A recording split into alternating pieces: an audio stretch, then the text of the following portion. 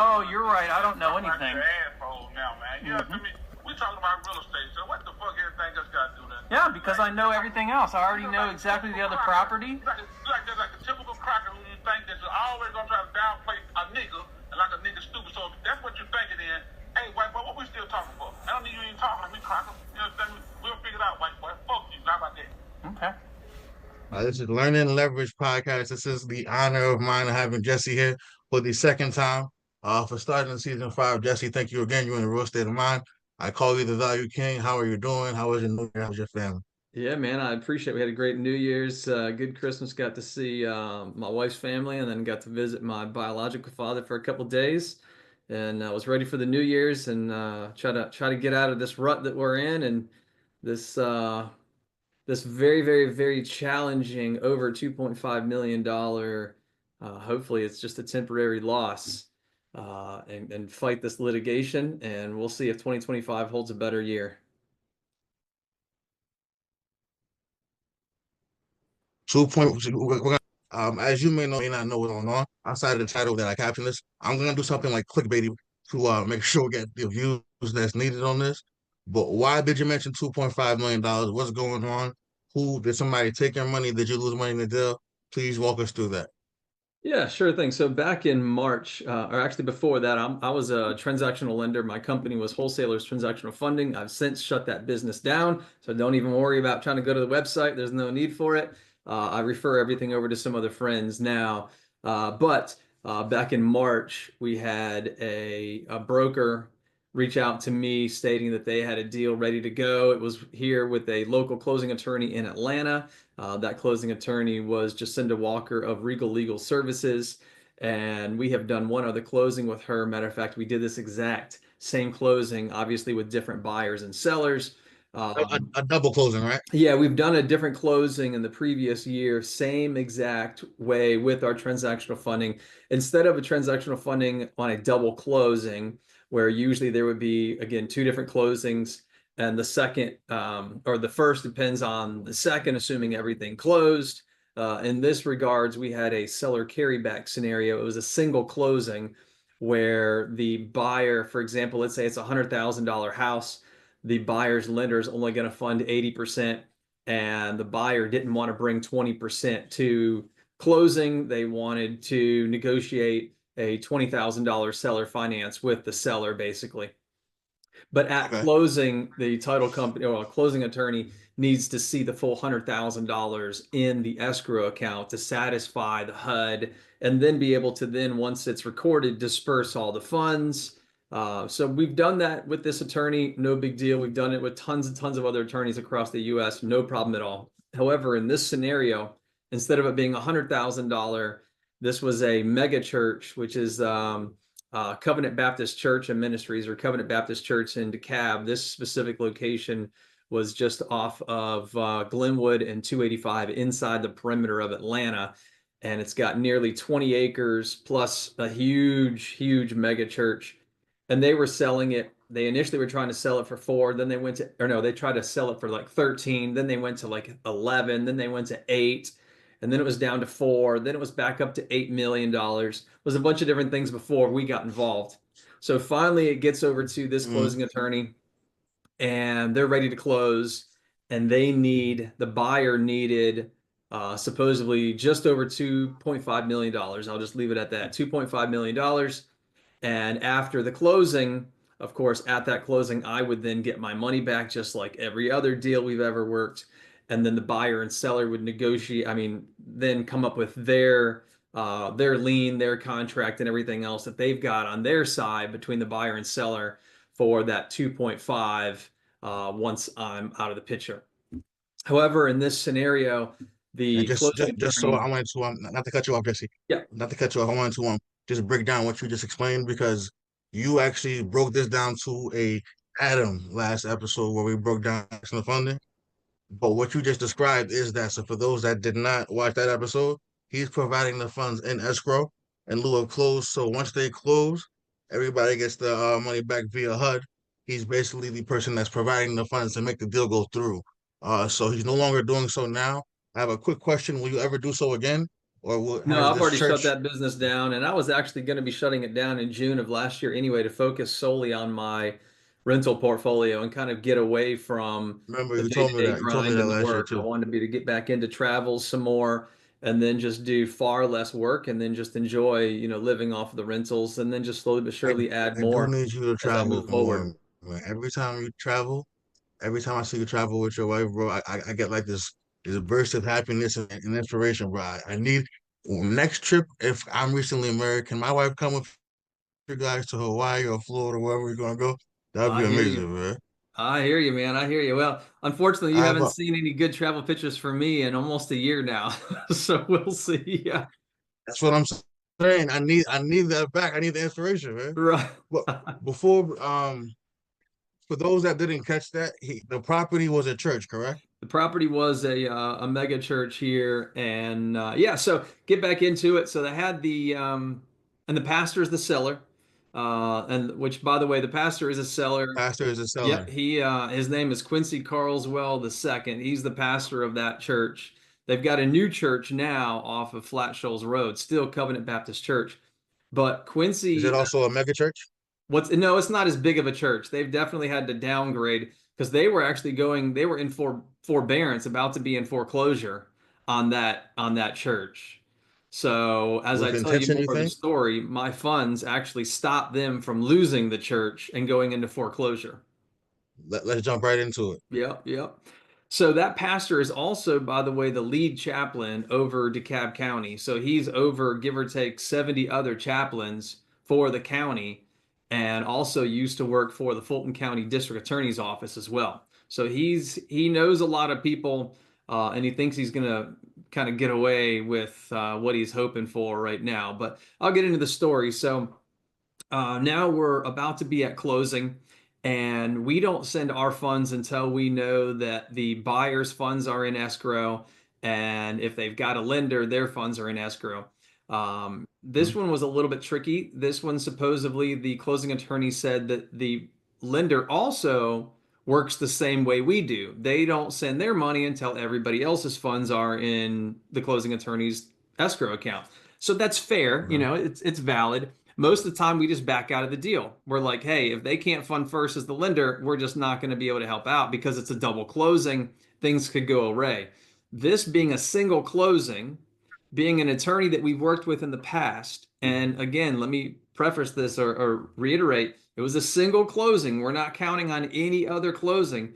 So my funds are sitting in the escrow account, or theoretically would be sitting in the escrow account, should never, ever, ever, ever have been touched.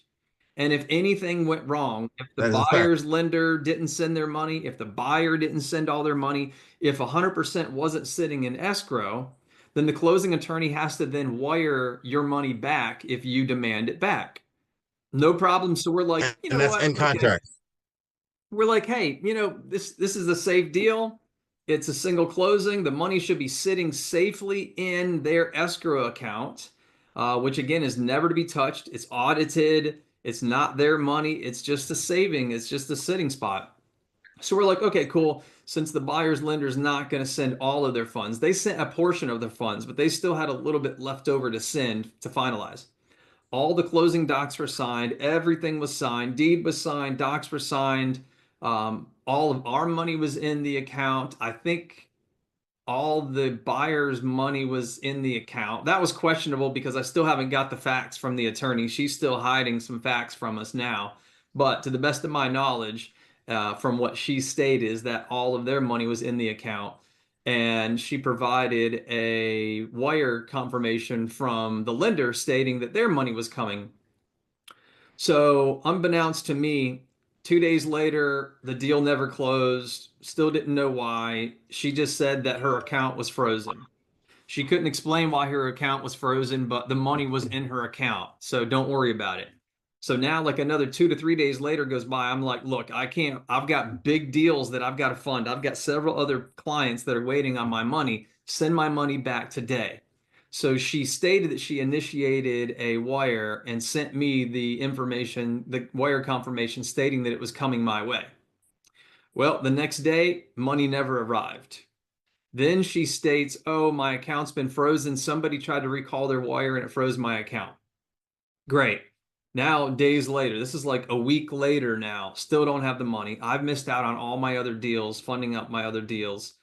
And then I discover an original HUD from the broker who came to me.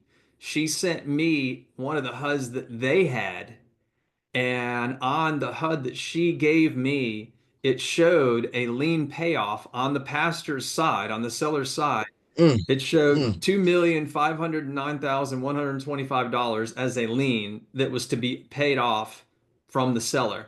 Well, I look at mm, our HUD from a week before when we had funded, everybody signed off, the pastor signed off, everybody, the buyer, the attorney, everybody signed off, and they never put the pastor's lien holder as a debt on there. So all we mm. knew is that, hey, the church is free and clear. That explains why he's willing to do a seller carryback with the buyer. It's free and clear. I really have nothing to worry about because my money's sitting secure in a closing escrow account, and the seller doesn't owe any money. So my money should definitely not go anywhere. So I'm safe. Well, that's when I discovered the exact amount that I wired a week before. The attorney likely had used my money to pay off the pastor's The lien and prior then lien. never disclosed it on the HUD. So everybody signed off, and now the pastor just had his lien paid off, and then still denies that he owes me any money. He's like, not my problem. We didn't sign anything. You didn't give me any money. Not my problem. I talked to my lender. He said the debt was paid off. As far as I'm concerned, I'm free and clear. I don't owe you any money. And That, so that's how it's that been for almost a year now. amount of money was $2.5 million, right? Two Just point over five million dollars, right? 2.5. Now it's a lot more than that, but at the time it was 2.5 from day just over 2.5 day one. I got it. Give me 1 second, man, because it's a church and because it's a pastor, uh, I have some I'm somebody that doesn't really bite their tongue per se.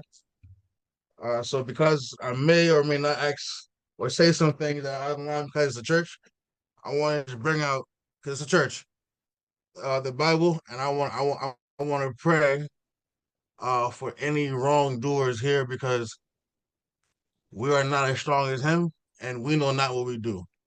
You know what I'm saying? So all religion withstanding, $2.5 million from a church. Now, there was a gentleman that you spoke to that brokered the deal with you, or did the pastor find the deal and just you feel screwed you over? Because I remember there a William in there, or was it as well the pastor?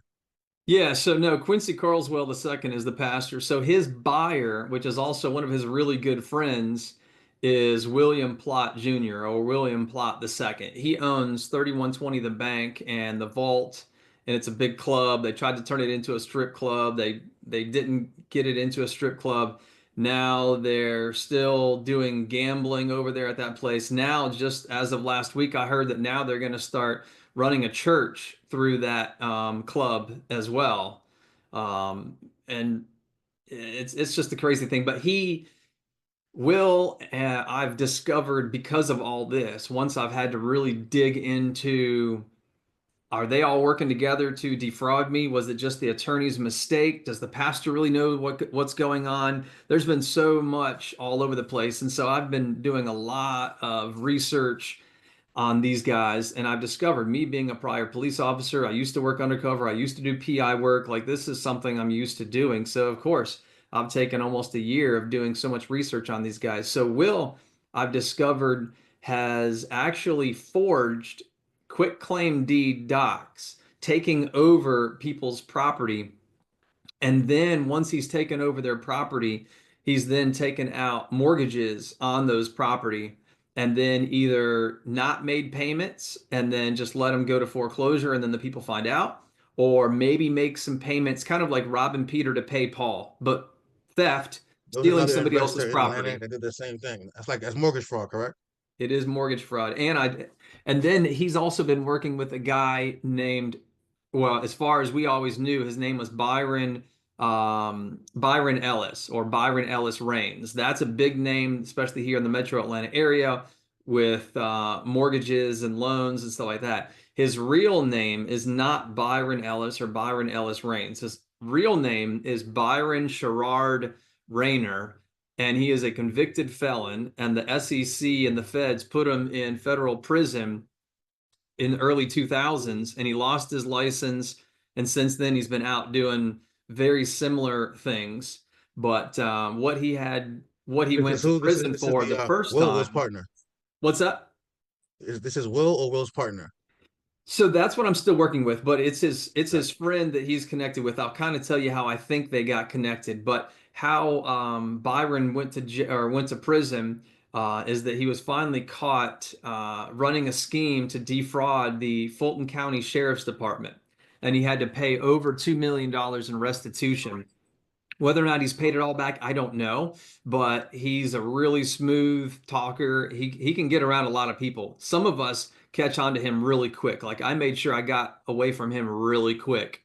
But by then he had already been committing tons of identity fraud. He's acting like he's doing loans, and he might legitimately be doing some loans. But what he's doing is once he gets people's bank statements or he gets their driver's license and stuff or social, he then will use it for other friends or for his own benefit, take out other loans or work with people like Will, for example, work with people like Will to then start using somebody else like a straw buyer. They may not even Mm. know it. They become victims, and it's their bank statements, it's their drivers, it's their name and everything else. And now they become a part member of another LLC, and in fact don't Yeah. own anything, don't know about it at all, but then it's Don't know identity the fraud and payments are not mortgage fraud. happening, and then they lose the property, and then all of a sudden Will has another passive door to add to his mortgage fraud that he has going on. Yep. So that's another thing that I've caught them doing. It's mainly Byron. I think Byron is the ringleader. So I think one way or another he got hooked up with Will. Will, of course, is nothing but a talker. He likes to try to show off. He likes to try to be around people like Shaq and some other people and make it seem like he's actually somebody, and he's really not. And then Mm. like he always tries to keep his name out of everything. He actually uses his son's name, William Platt III, on a lot of these documents that he's actually signing. And so he doesn't really care who it is, even if it's family. He'll throw them under the bus just to do whatever he can to keep himself afloat. Mm. I have a file that you posted on my group. I'm gonna play it real quick to get your thoughts on it to basically segue into the last three questions. How'd you feel when you heard this, and how do you feel now?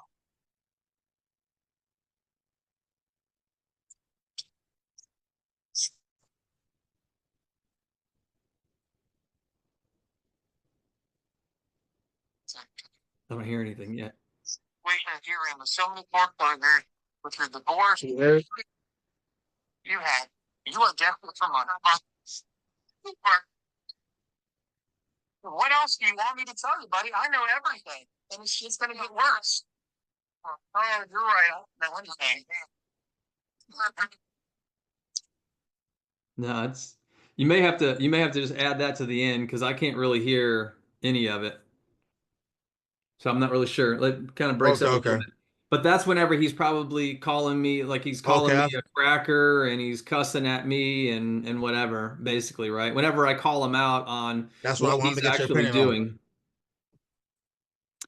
Yeah, I That's why I mean, wanted to get your opinion on. So what I'll do is I'll add it to the beginning or the end.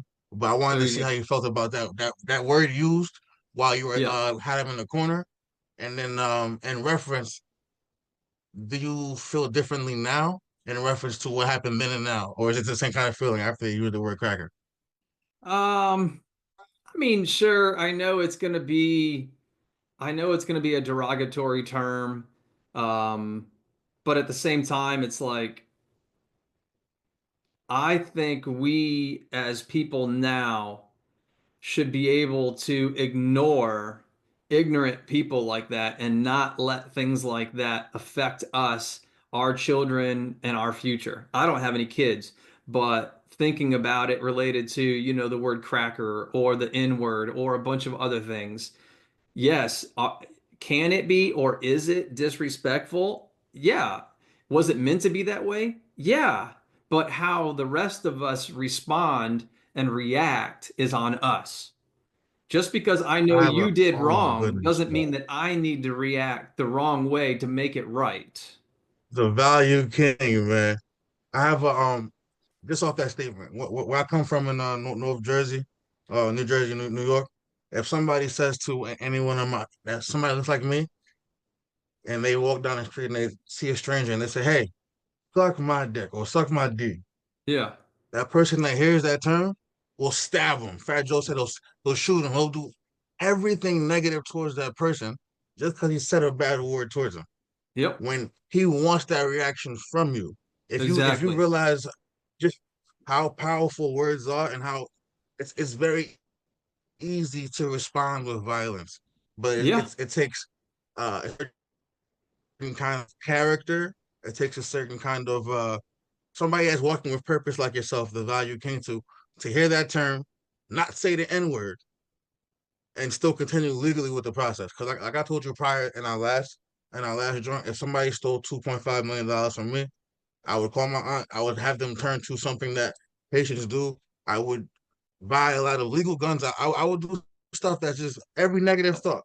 But then you meditate, you sit, you get your money back through court process, and it's all Yep. being public record in real estate. So because you can't say it, I'm gonna say it, and I'm gonna say this again with the Bible in my hand. You niggas is going to hell, man. Mhm. Revelations only because when you don't, and I'm saying this as somebody that was on the other side of the fence. When I first got into real estate, I did a lot of people wrong with their money, not intentionally, because I didn't know what I was doing. I had too much Right. money. Since we're giving names, it's very much like Matt Motil.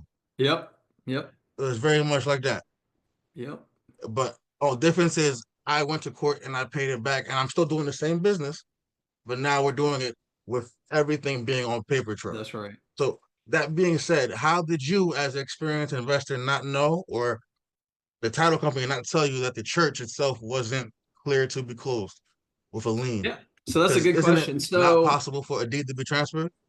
yeah, so that's a great question. So, and it's brought up often because most people generally think that they don't think transaction funding wise. They just think like a general loan, right? And on a normal loan, you are going to be in first lien position. You are going to have security interest on that property as the lender. With transactional funding, it's a very short term, less than 24 hours generally, right? Same day, maybe to the following day, you don't have a lien that's going to be attached to a property because your money is just literally sitting, it's never to be used. It only sits in escrow just to satisfy the HUD. Your money is never to be sent anywhere, ever. And so we are not in the business of being in first or second lien position. We don't, some people will actually get loan docs and stuff signed as a precaution, as another CYA, especially in like a double closing. But in a single closing, my money is either going to be sent right back to me or it's going to sit in escrow until I demand it back. Again, just satisfying the HUD. So in this regard, there Mhm. was no other doc signed, and we are technically funding for the buyer, but our payoff is on the seller's side. So anybody who's in real estate, when you have a closing, the closing attorney or title company's responsibility is to make sure that they've got enough funds sitting in the escrow account to pay off any liens, bills, IRS tax liens, power bills, water bills, whatever it be, any outstanding debt must show on the HUD. If it's on the HUD, the closing attorney has to pay those off first, and then whatever is left over goes to the seller of the property. So we were the only payoff. We were the only lien on the seller's side based on the HUD that we all saw and that we were provided. we as transactional lenders aren't doing a title search. That's for the title company to deal with. And that's for the buyer's lender to deal with, because the buyer's lender will have first lien position. Again, so we're just satisfying the HUD. Our money sits in escrow, should be safe. So we don't have to go down all those rabbit holes that a normal lender would. So the fact that the attorney and everybody signed off, which basically, well, also, if you look at a closing statement, I forgot the actual terminology, but there's a sentence on there that if with everybody's signature, it states that this is the actual amounts, that everything matches, there's nothing else missing. This is the actual replication, or I forgot what words they use, but anyway, of the, like a true closing. Basically, I think they use the word true closing, true and legit closing, factual numbers, etc. They all said yes. Well, the fact that they all signed off, and if they knew that there was a lien, then they all now broke the law by signing off, which is also another form of mortgage fraud. Because if you know that there's a lien and it's not being paid off, it's not addressed on the HUD, then you're lying about it, which means it's not a true representation of the actual closing. Are there any tools or systems going through this now that you recommend for transactional lenders moving forward so this doesn't happen to them? Because Yeah, at I some mean, point you're gonna get your money back. So like yeah, moving in this forward for them. scenario, fortunately, it's not just like it was, someone just sent the money to their own account and we haven't been able to trace it to figure out where it came from, or send it over to the Dominican Republic and then I'll never see it. You know what I mean?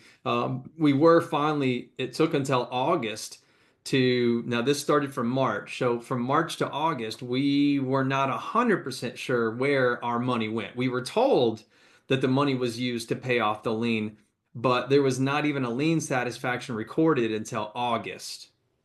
So there was over 5 months went by before we finally got the recorded lien satisfaction. So that helped out. But for other transactional lenders, the one thing that has come up multiple times, which may or may not help, but it would probably give you at least one extra leg to stand on, is to get a CPL from the title company. So it's basically CPL for those that don't know, CPL. it's a protection letter for lenders. Okay. So basically it's stating that, hey, if the closing attorney doesn't follow your instructions, your lending instructions, if something happens there with the closing attorney, then the title company could then step in and kind of help. You might be able to have a claim with that title company. And of course, you can have a claim against the closing attorney's E&O insurance and stuff like that as well. But it's one extra form of protection, if you will. Now, whether or not the title company would actually ultimately pay for it, that's what we don't fully know. I've had mixed responses. But other than that, even if you had like lender docs and everything signed, the property never closed. The deed was never recorded. So the buyer is still the buyer, and the seller now is basically just a free and clear owner without having any lien. And there's no paperwork with the seller, because that's not who you were actually lending. You just had a payoff on the seller side. So it all comes down to that closing attorney. And again, we've just never heard of anybody doing this. So whether or not the closing attorney legitimately thought that she was getting the money and she just made a mistake, maybe, or she worked with the buyer and the seller, or she just worked with a buyer, don't know. She could have been working with all these people to get this to happen. And then they thought that things were still going to close within a week or two, and it was never going to get to litigation. But then once more and more lenders were catching on to the buyer's fraud, then there was more and more delays. And then that's when shit hit the fan a couple weeks later, after the 19th. So then on March 29th, we actually had another closing. That's when Quincy sat down, the seller, everybody was there. The seller's agent, Will Platt, was there. And Quincy stormed out after a couple hours. I thought he was actually going to punch me on his way out. He was so pissed, and he just absolutely refused to cooperate or work with me. Stated that he doesn't owe any money. It's not his problem. If the attorney sent the wire over, not his fault, not his problem. But he doesn't realize that there's a law of subrogation that states, hey, if in this situation, if somebody was unjustly enriched, and meaning here in this case, they received money that they otherwise shouldn't have received, or their lien was paid off and it wasn't, I didn't approve of this lien being paid off. I didn't tell them to use my money. I didn't even know about this lien. And so this is a perfect example of the subrogation. My money was used, misappropriated, fraudulently, accidentally, doesn't matter how it was used. It was used to pay off his lien, and the law states that I now step in as his new lien holder, and I'm entitled to a lien on his property immediately. Yeah, you Unfortunately, you technically have have to first lien wait. position. You have to Yeah. wait and go through the court process, which has taken since March until now. And I might, if I'm lucky, I might have a hearing in February, maybe. And that would then have to be able to just show the judge all the facts. Here's the case law, Georgia law, everything. Give us the lien. And then I would have to foreclose on the church after that. Unless Mm. the only other way around that is if the attorney, I mean, is if Quincy, the pastor, recognizes the law, and finally it was like, hey, I'm sorry, after all this time, maybe I didn't understand the law, maybe I didn't understand real estate, whatever it might be. Yes, your money paid off my lien. Sorry it happened. I'll let you know, I'll sign a security deed and note with you today. All he has to do is sign a security deed and note with me, and I could drop the Liz Pendens on the church. Because right now the Liz Pendens is the only thing that I have that's quote unquote protecting my money. If I didn't If have the he Liz were to Pendens, he sign could have it, already sold the church and I'd be gone. gotcha, gotcha. And if he were to sign it, what happens from there? If he was to sign it, then I now immediately have interest in the property and I have a lien on the property. And then whenever Mhm. we try to go sell it, then whoever the closing attorney is reaches out to me and was like, hey, you've got the lien on the property. What's the payoff?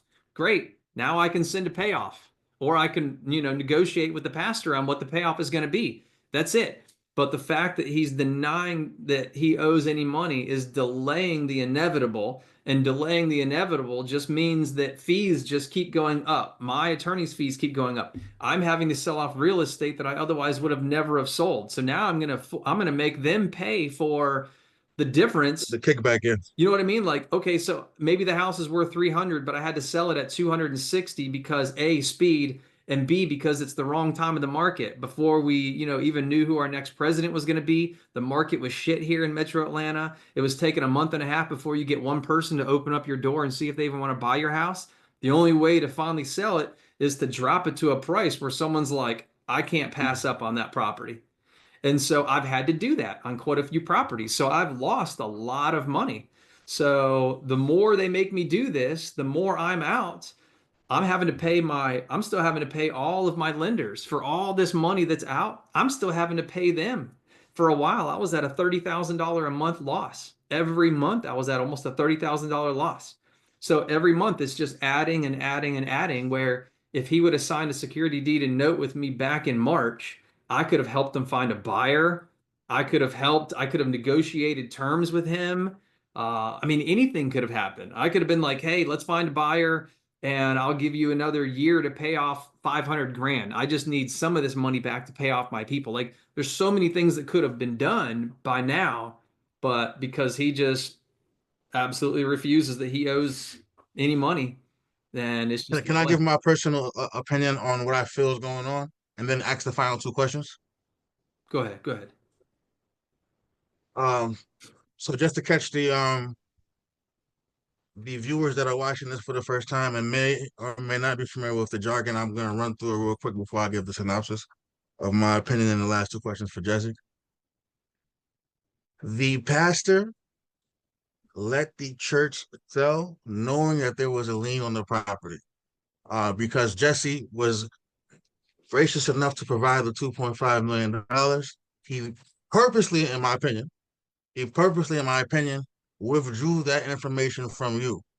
So by not saying anything, in his mind, it's not a sin. You know what I'm saying? Because who's Mm-hmm. to say what your thought is? Like, I can think about blowing up a building, but if I don't do it, that's why I think his mindset is that just if I can tap into that. And then as far as Will or the other guy, like I said, him, myself, Jim Morrison, uh, Caesar Pina, uh, we got Matt Motil.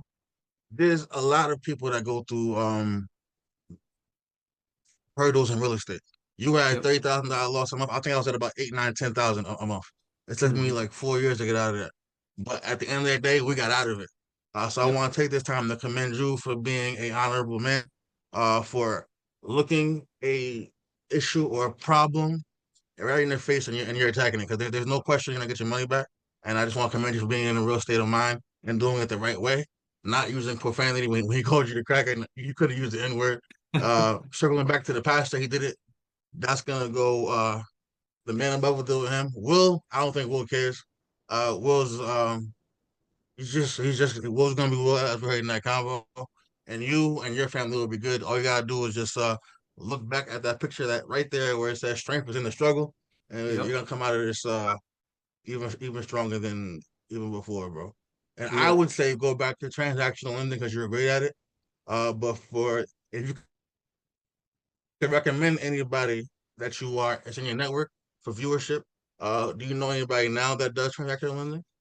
Yeah, so right now I just tell everybody just to reach back out to me, and then I kind of talk with them a little bit, and then I just refer them back over to one of my good buddies, Aaron. So I just do that. So I either just connect everybody via text or an email. So yeah, if anybody is still looking for transactional funding, even though I don't do it, they can still hit me up, and then I'll make the connection with Aaron for sure. That way he'll know exactly who it is. I kind of like to feel a little bit of, That's the value king, man. feel like the people out a little bit because sometimes people are just wanting to like, oh, I just kind of want to know some stuff, and I can answer those questions. I don't have to worry about wasting my friend's time, and that way I can refer him over to people who are actually in need at the time. Last question, you ready? What you got?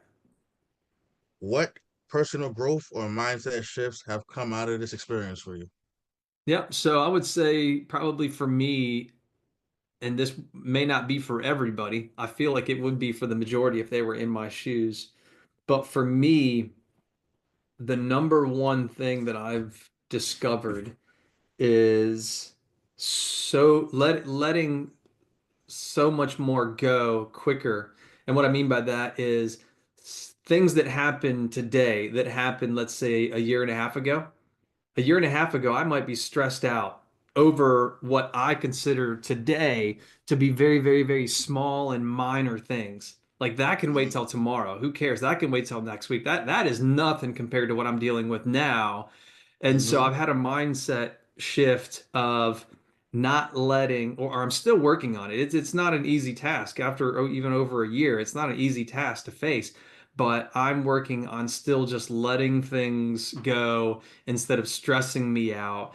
And I'm not trying to drop everything I'm doing and causing more problems at home with like my wife and stuff like that. Like I now try to let some of that stuff go and realize that I have a bigger picture, bigger problems, bigger things to overcome, and bigger achievements to make in the future. And these other little small things are doing nothing but holding me back and slowing me down.